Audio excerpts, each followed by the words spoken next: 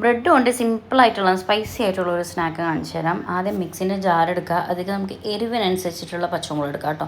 ഇവിടെ 4 പച്ചമുളക് എടുത്തിട്ടുണ്ട്. ചെറിയൊരു പീസ് ഉള്ളി ഇട്ട് കൊടുത്തിട്ടുണ്ട്. അതുപോലെ മല്ലിച്ചപ്പ് കുറച്ച് കൂടുതൽ തന്നെ എടുത്തിട്ടുണ്ട്. കാരണം നമുക്ക് നമ്മുടെ ബ്രെഡിന് മല്ലിച്ചപ്പാണ് കൂടുതൽ വേണ്ടത്. ഇനി നമ്മൾ എത്ര ക്വാണ്ടിറ്റി ആണോ ബ്രെഡ് എടുക്കുന്നത് അതിനനുസരിച്ച് മുട്ട എടുക്കുക. അപ്പോൾ ഞാനിവിടെ 3 മുട്ട പൊട്ടിച്ച് വെച്ചിട്ടുണ്ട്.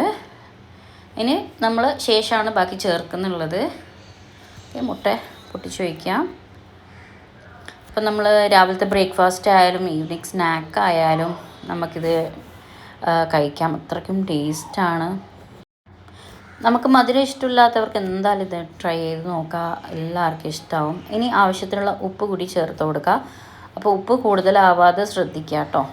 അപ്പോൾ എൻ്റെ ചാനൽ ആദ്യമായിട്ട് കാണുന്നുണ്ടെങ്കിൽ വീഡിയോ ഇഷ്ടം ലൈക്ക് ചെയ്യാനും ഷെയർ ചെയ്യാനും സബ്സ്ക്രൈബ് ചെയ്യാനും മറക്കരുത്. ഇനി ഇതിനെ നന്നായിട്ട് അരച്ചെടുക്കുക. അരച്ചതിന് ശേഷം നമ്മളൊരു ബൗളിലേക്ക് ഇത് ഒഴിച്ച് കൊടുക്കുക. കണ്ടോ, നമുക്ക് ഗ്രീൻ കളറായിട്ട് കിട്ടും നമ്മുടെ അരച്ച മുട്ടൻ്റെ മിക്സ്. ഇനി അതിലേക്ക് നമ്മൾ ഫുള്ളായിട്ടൊന്ന് മിക്സ് ചെയ്ത് കൊടുക്കുക.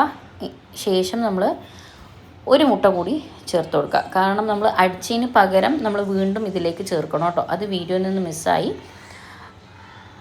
ഇനി നമ്മൾ ഇതേപോലെ ബ്രെഡിനെ മുക്കിയെടുക്കുക. മുട്ട വെച്ചിട്ട് പാനിൽ നമ്മൾ ഓയിൽ ഒഴിക്കുക. ഒന്നെങ്കിൽ കോക്കനട്ട് ഓയിൽ, അതല്ലെങ്കിൽ നെയ്യ്.